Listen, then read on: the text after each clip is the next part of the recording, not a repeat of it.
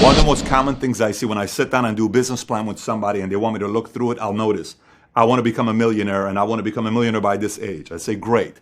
And nowadays, if you pretty much want to write a book and have the book do well, write a book and have the title Millionaire in it, it's probably going to do well. This is the 1 Minute Millionaire, the Self-Made Billionaire Effect, Think Like a Billionaire, Trump. We'll see if he'll be a president or not. Secrets of the Millionaire Mind, Secret Millionaire Club. I mean, I have so many I can go through. There are so many books on how to become a millionaire. Everybody wants to become a millionaire. And I think a lot of times, just like in sports, think about in sports, we admire Michael Jordan. We admire LeBron James. But if you're not 6'8", 260 and you cannot jump 40 inches, you're not going to be LeBron James. Okay? So that's not the most duplicatable story to try to be inspired by. We can respect and we can admire them, but it's not something we can be, and that can be intimidating sometimes. So a lot of you guys I'll see people like myself, even back in the days, you'll see somebody like an Elon Musk, or you'll see somebody like a Mark Zuckerberg, and you say, I can never be like Zuckerberg. I can never think like Elon Musk. Well, they're an anomaly. What I'm talking about is something you can be. Stephen Curry is only 6 feet tall, couple inches, 170 pounds. He doesn't do 360 dunks, but he practiced. The formula I'm going to cover is more a duplicatable way of becoming a Stephen Curry or a Sam Walton, CEO of Walmart, or something that's duplicatable. That's what I'm going to cover with you here today. Okay, so let's get through it.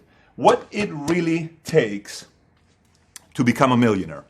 I call it the 2, 5, 10, 20, 30, 40 rule. Let me explain. This is your timeline. You got to know your timeline. The one thing about becoming an entrepreneur, know that the first 2 years is survival mode. If anything that can go wrong, it's probably going to go wrong in the first 2 years of being a business. And you're going to experience all of it, and you need to experience all of it. That's the first 2 years in business. Within 5 years, if you follow the formula that I talk about, you have a shot at getting to $250,000 to $500,000 your income within 5 years. Within 10 years, you ought to be at $1 million your income. If you cover the formula I'm talking about, you'll be at $1 million your income. Then 20 years is 10 million, 30 years, 100 million, 40 years, $1 billion. But the formula is a formula that's duplicatable to everybody. So let's start off with the formula. You need 4 elements to be in your favor. Sometimes I'll hear a lot of people when you do an interview with a millionaire or a billionaire. I interviewed with Mark Cuban, and he talks about how hard he works Monday through Friday and Saturday and Sunday. He's going through this, going through that. And, hey, what does it take to become wealthy? And you hear a lot of people say, you got to work hard. Well, what does that really mean? You got to work hard, because sometimes I visit entrepreneurs' offices and they're at the office purely on Facebook all day long, but they're at their office for 12 hours. That's not working hard. That's just being at the office. I'm talking pure work, meaning if you're in sales, you're either answering the phones, you're either in the field door knocking or meeting with people, or you're having people sitting in front of you, or you're at a kitchen table selling something, but you're constantly playing offense. It's not a lag time. So let's talk about work ethic. You got 3 levels. Level number 1 is a part-timer. If you work 40 hours a week as an entrepreneur, to me, you're a part-timer. I know in the full-time world, in the job world, if you work 9 to 5, you're a full-timer. But as an entrepreneur, 40 hours a week, you're not giving yourself a chance to make it. Level number 2 to me is a full-timer. A full-timer as an entrepreneur is somebody that works 60 hours a week. That to me is a full-timer. Now, level 3, I call it the all-the-timer. All-the-timer is 80 hours a week. And I know a lot of times people may even turn off the video right now because you may be saying, 80, is he out of his mind? Is he crazy? He must be nuts. This isn't a video for everybody to watch. This is if you want to know what it takes to become a millionaire and a decamillionaire. You know, those days of just coming out with Snapchat and Instagram and you becoming a billionaire overnight, those are anomalies. That's not duplicatable. If you only strive for that, you may be another person that's 60 years trying to get something to come out and be sold for a couple $2 billion. This is a duplicatable system that I'm talking about. Now, on the work ethic side, let me explain on the work ethic side. I'll have people that'll say, I worked 80 hours last week. You have no idea how hard I worked last week. That's good. But how hard did you work the week prior to that, and the 3 months prior to that, and the 6 months prior to that, and the following week when you have a birthday party coming up, and next week when it's Super Bowl, and next week when it's this? How hard are you going to work every week? This is not 1 week. Everyone has 1 week to brag about. This is every single week. You may have a week you don't feel like working, and all the timer still shows up. A part-timer only shows up when they feel like it, and all the timer, whether you feel like it or not, they show up. Now, second element is personal growth speed. Let me explain personal growth speed.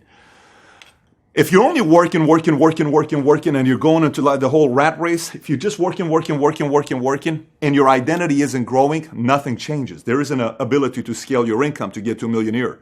If you're working, figuring out, solving, learning, growing, then you're constantly going to new heights. So here's how it works. Level 1, if you average 24 books a year, 2 books a month that you're feeding your mind, that's a part-timer. If you average 4 books a month, that's a full-timer. Average CEO reads 56 books per year. If you read, an all-the-timer, if you read 8 books a month, 100 a year, to me, you're an all-the-timer. You're constantly feeding your mind. I'm not talking about, the fantasy books. I'm talking real business books that's growing your mind on solving problems and issues and learning from this guy and how that person did it and how that person did this. You're learning, you're growing, it's helping you figure things out. That's an all-the-timer. So far we covered work ethic and we covered personal growth speed. Element number 3 is how many start-stops you have as you're running your business. You rarely hear us talking about this. Listen, I am by far not the smartest guy. I'm not the most talented guy. I don't come from a family of wealth. My father was a cashier at a 99-cent store in Inglewood, 1.8 GPA kid. I went to the Army. I took an ASVAB, got a 31 on my ASVAB. This is not a product of I'm supposed to do whatever I'm supposed to do and be running a, whatever multi-million dollar company and doing I'm not supposed to be where I'm at right now. I'm supposed to be a statistic. That's what I'm supposed to be doing. But I watch a lot of my competitors who are sharper than me, degrees, better family, better market, better upbringing. They knew how to play golf very well from a young age so they could go and network with other people and their score was very good. Just pure form, great, all that stuff. But they had a challenge that no one sees. You don't see it. You don't visualize. This is something nobody ever sees. And it start-stops. Let me explain what this is. A part-timer typically has 2 to 4 distractions per year, setbacks per year. Let me explain what this means. This may sound a little cold, and some people may say, well, Pat, that's absolutely cold. Yeah, you can't think like that. A part-timer has 2 to 4 distractions per year. It could be a bankruptcy sets them back for 2 months. It could be a breakup. To recover from a breakup takes them 6 months. It could be a loss of a loved one. A relationship didn't work out. Something that happens to them, they are devastated for way too long. That's a part-timer. 2 to 4 setbacks per year. A full-timer to me is 1 distraction per year. So they'll have business, everything's going right, and boom, something happens, they're gone for 6 weeks. Now they have to go and start the momentum all over again because they don't know how to handle distractions. They're not good at managing distractions very well. They give too much attention to distractions and they have way too many setbacks. They're not able to experience the whole thing. Number 3 is an all-the-timer. All-the-timer to me is somebody that experiences 1 major setback every 5 to 10 years. No one is perfect. Everyone's going to experience some setbacks. Divorce, health, family, things are going to happen. For some, it may be a divorce. For some, it may be something else. For some, it may be a financial thing. For some, it may be a family thing.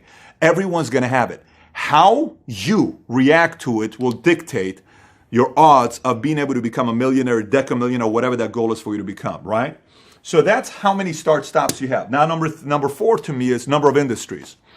A part-timer changes industries as quickly as an 18-year-old changes boyfriends and girlfriends. It's just a new industry again, a new industry again, a new industry again. So you're talking about a part-timer changes new industry every 2 to 4 years.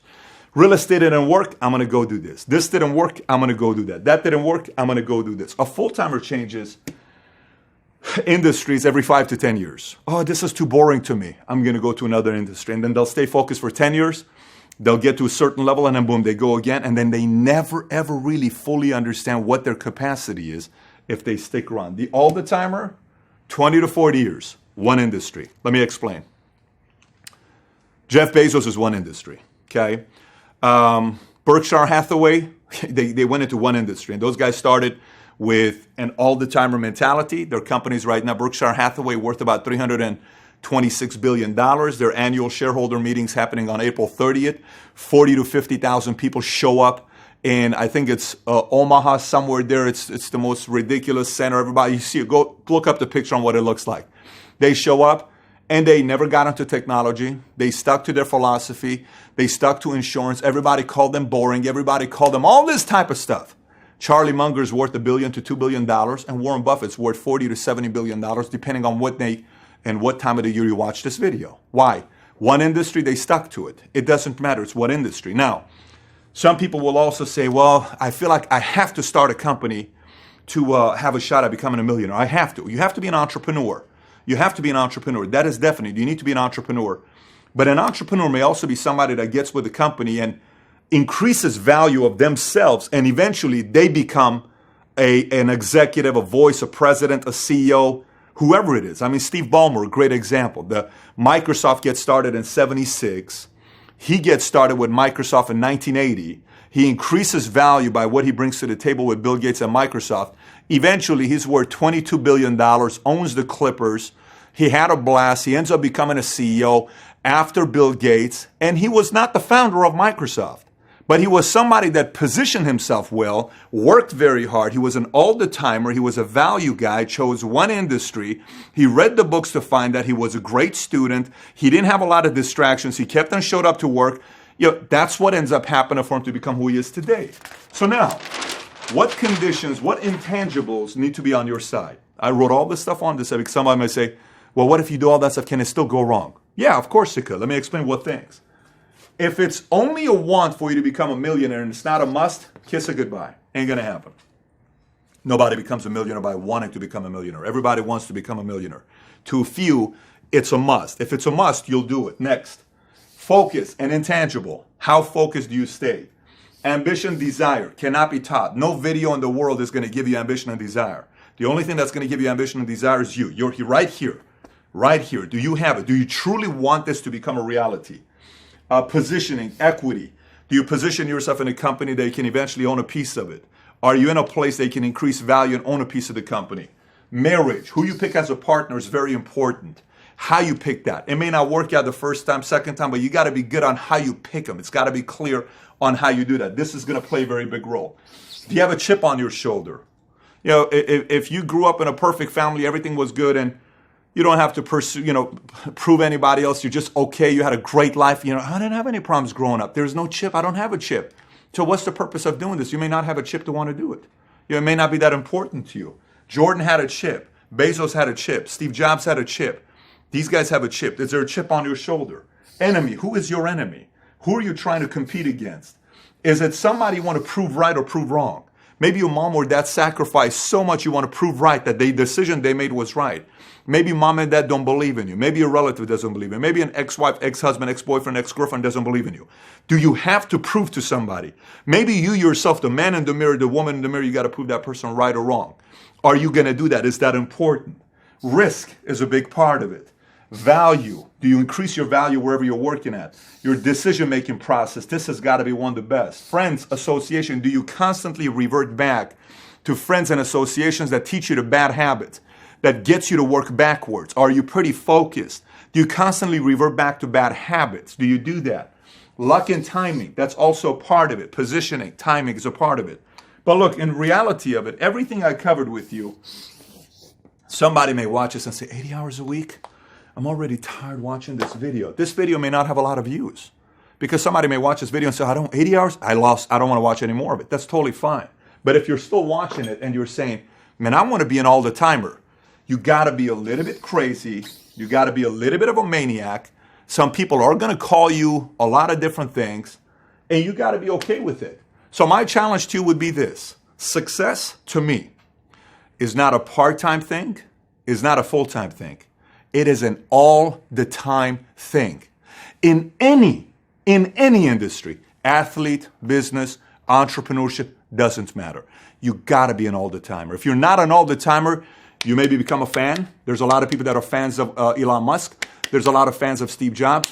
There's a lot of fans of Jeff Bezos. There's a lot of fans of Stephen Curry. There's a lot of fans. You can become a fan or you can become a player, but you can't do both, part-time or full-time. You got to be all-the-timer. So my message to you, if you got any questions about this, comment on the bottom. Take care.